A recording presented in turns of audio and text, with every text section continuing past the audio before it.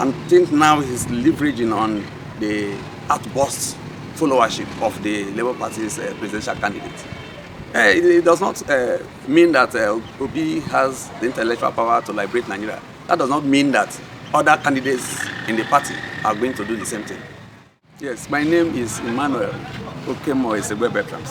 I'm from Obiaroko, Kwani local government, Delta State. And I'm a journalist, creative writer, and a public analyst. The purpose of this public outing is to help in the issue of enlightening the public on the best way to follow politically.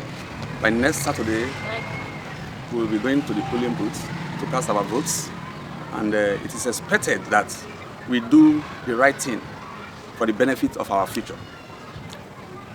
From what happened in the past election, presidential and National Assembly election, you notice that Nigeria has improved tremendously on the issue of political participation. People came out larger than we usually experience to cast their votes. We noticed a lot of political interest. People have been politically educated to a very large extent. So we have to leverage on this opportunity we now have in the country to use our vote and vote in the right persons to represent us. We are looking forward to getting the government we desire. We are looking forward to enthroning a new dispensation. And we must be mindful of the challenges we are facing as a people in the states, in the federation, even up to at our local level, the local government level. We have to be mindful of who we give our votes so that we can participate in the growth and development of our future, for also the benefit of the future generation. Things have gone really bad, but I'm not here to do the blame game. I'm here to point out some silent issues which the public must use in taking their personal decision on who to vote for. Now, in terms of the governorship of my state, Delta State, we have three major participants: the People's Democratic Party, the All Progressive Congress, and I think the Labour Party has been able to factor itself into the three majors. So we are now talking about the speaker, current speaker, Sheriff, for the PDP, and we are talking of the current deputy speaker of the Senate. Current deputy president of the Senate, in the person of Barrister Viomo Agide. Then that of Labour Party will have Pele, relatively unknown, you understand? And it is on the hands of these three personalities that the future and the destiny of Delta State in the next 4 years or more lies. Now let's start from the ruling party. The incumbent Delta Party is the People's Democratic Party. First, you see that PDP has been in government for over 24 years, since 1999. And I am not saying that they have failed or they did not do well. I think they did their best. But you can see, Nigeria has grown to a level whereby their best has become questionable. We need more than what they can afford. I believe they have gone out of ideas, they have gone out of strategic plans to move Delta forward. And the person of Sheriff, the Speaker of Delta State House of Assembly, is politically dead on arrival. This is because Sheriff is coming in a heavily indebted man. He's coming in to preside on a defeated economic state. And he's coming in to meet very frustrating circumstances, which will make him unable to focus on the best ways to move Delta forward. Well, we know very little of his antecedents. He's known with the legislative assignment. He was in the House of Assembly before he was made the Speaker. And I think he has occupied that position for a relatively long time. But the area of executive assignment is a little bit different. Being responsible for managing of the resources of the state requires more than what I think he has. You understand? Because it's going to start from protecting the misappropriation of funds which he has come in to inherit. The outgoing administration of Dr. Kowa has indebted Delta to an extent that life is going to be very difficult for us Deltans if we are not able to bring in somebody that can put on his thinking cap and come up with new ways. Nigeria has joined the information economy, and information is now the key. And that is one of the reasons I think the youths have come in to participate more than expected. So everybody is aware. Those who are not literate enough to know what is going on will be made to understand by the persons in their homes who understand what is going on. So we have this, the next Saturday's election is like a last chance for Deltans to free ourselves from the stranglehold of the Okowa government. In the heat of this election, we understand he borrowed over 190 billion naira, and the House of Assembly, which is already a puppet to his executive position, gave it automatic approval. And if it's not taken, I'm sure he will equally borrow more, because he is desperate, to put it that way. He's desperate to make sure that Sheriff comes into office to protect his interests and give him some level of security, because his administration has so much questions to answer. Yes, he has so much to answer, and there's no escape route. That is why he is desperate and very determined to bring in a stooge. So that is the point that we must know before casting our election. The sentiment of having been close or Delta being a PDP state cannot come in this time. We're not talking of belonging to a PDP family. We're not talking of having a long-lasting relationship with PDP. We're talking of our future. We're talking of our survival. We're talking of our existence as a people. We must move from this stage with us. If we fail to do so, we should be thinking of mass burial coming up in the nearest future.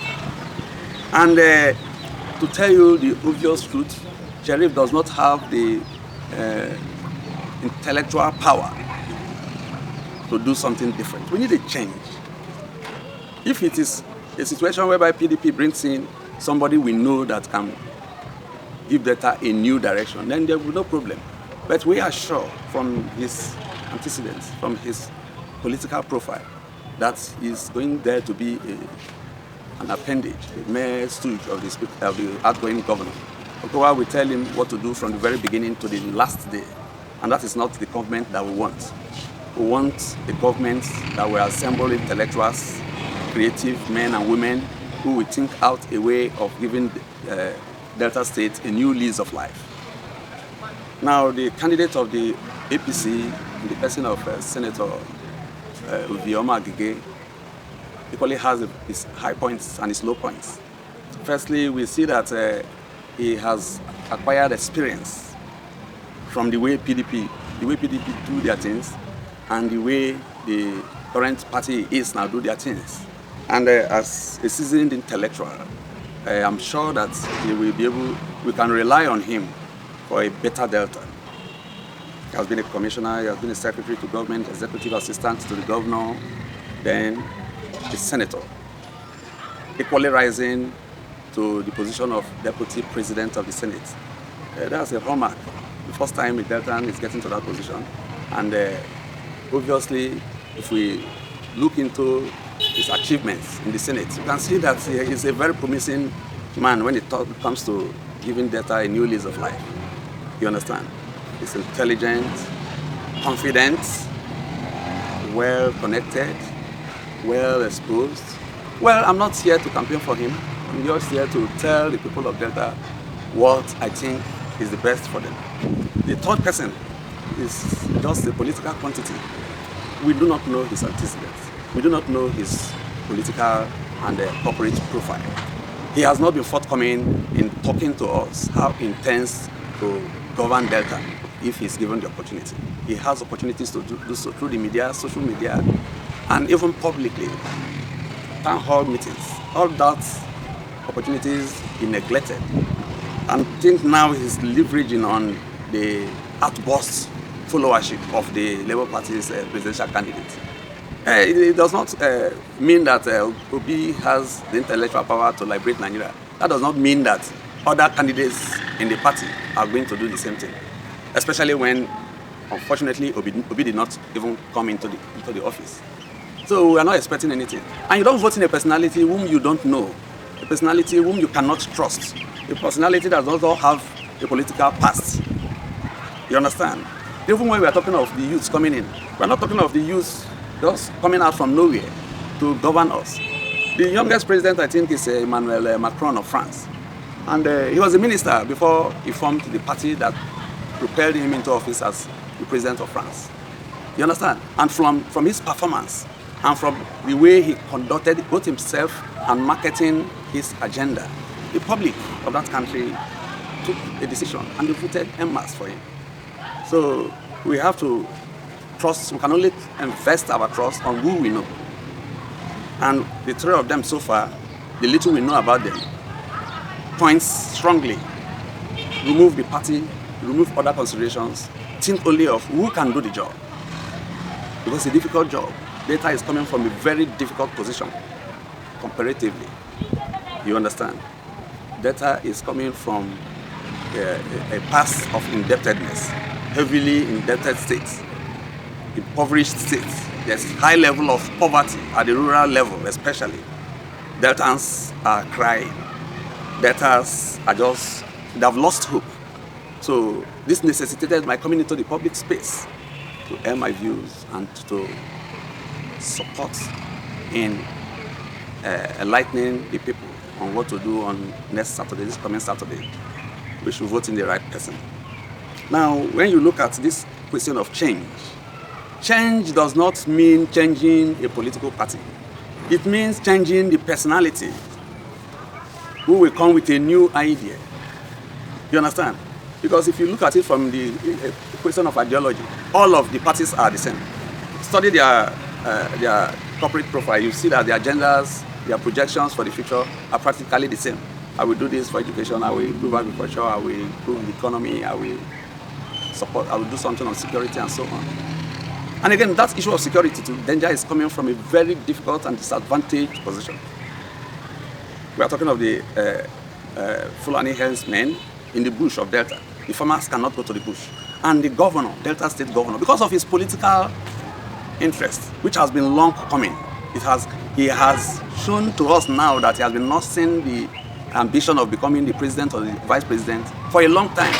And that can now answer the question of why he did practically nothing in curtailing the attack of these strange men in the bush. Farming is our preoccupation. This is the mainstay of our economy here. Outside the civil service, we have farming. There are no industries. There are no other. That is why unemployment is very high in Delta State. So the little land we have, instead of cooperating with the Edo State government, first determine the boundary, and secondly, secure it. Now, everybody is aware that Delta has been shortchanged. All the farmers along that line of Edo Delta axis are now disengaged. They can't go to their farm. The lands have been sold to private organizations. You can imagine that. The reserved land that our farmers use to farm, to eke out a living, has been taken away from them. The new buyers even entered the farms without even giving these people, the farmers, the opportunity to uproot their crops. And we have a sitting governor watching. It's so unfortunate. Okowa has a lot of questions to answer. I don't think that a governor can be so mindless more than what we experience. He never thought of the situation of the ordinary people who voted him into the office. He never questioned the incursion of Fulani herdsmen in Delta farms. They killed so many persons in practically all the communities in Delta State and nothing happened. I never heard of any Fulani herdsman that was arrested and prosecuted in this state. I never saw any challenge from government or any effort made by government to secure our people. They raped and killed our mothers. Poor rural women who go to farm early have been missing. In Obiaroko, for instance, we have so many cases of missing people who have been killed by these Fulani people and nothing happened. The police never came up with any position The state government never reacted in any way meaningful. They did nothing to protect us. And this is the same government trying to push a puppet into the office. It's unfortunate. If Deltans fail to do the right thing this time, we should never blame Satan. We should never blame witches. We should blame ourselves, because this is the only opportunity we have now to rescue ourselves. It has never been like this before. And thank God the awareness has come high. You get what I'm saying? It has come high. So Deltans must use this opportunity to liberate themselves. We are in bondage. We are in poverty. Serious case. Desperate poverty is the situation we are experiencing now. And it's very painful. Deltans are supposed to be angry. Angry with Okowa, angry with PDP. Yes, we are supposed to be angry. As I'm talking, I'm angry. As an individual, I'm very angry with the party. For 8 years, for more than 24 years, the party and the cabal has held this state to ransom. Yes, it has been rotating the office of governorship of Delta State among themselves. After Ibori gave it to his cousin, after his cousin, the Delta North man in the cabal got it. Now they're trying to bring in another stooge, another pipet from Delta Central, part of the cabal, to come in again, so that they will continue paying heavily, using Delta's money to finance the lives of the past governors. It must not continue like that. It must not continue like that. We have to take our destiny in our hands. We have to tell the people that our eyes are now open. You people have cheated us enough. The PDP has deceived us enough. PDP owes us a serious apology before we can forgive them, if we can ever forgive them. You understand what I'm saying? It's a very unfortunate situation. Now, because of desperation to bring in his puppet, Okowa is paying money to individuals. In the past 3 days, today is 13th of March, or thereabout, 14th or so. You understand? I'm aware, and we're all aware that he recently appointed, just 2 days back, he appointed 300 SAs. They have just 3 months to go out of office. What are those SAs doing? And he backdated the appointment back to the past 3 months. They will go home with millions of our money, doing nothing just to make sure that they win the office. It cannot happen. That is pure misappropriation of scarce resources. That is vote buying. If I were in the opposition, one of the contestants in the opposition, I would go to court. Go and find out what he did in Indokwa East. He paid them extravagantly. He paid them fabulous amounts of money. Gave them cars simply to the camp and to give the impression that PDP is control of the very local government where the deputy governorship candidate came from.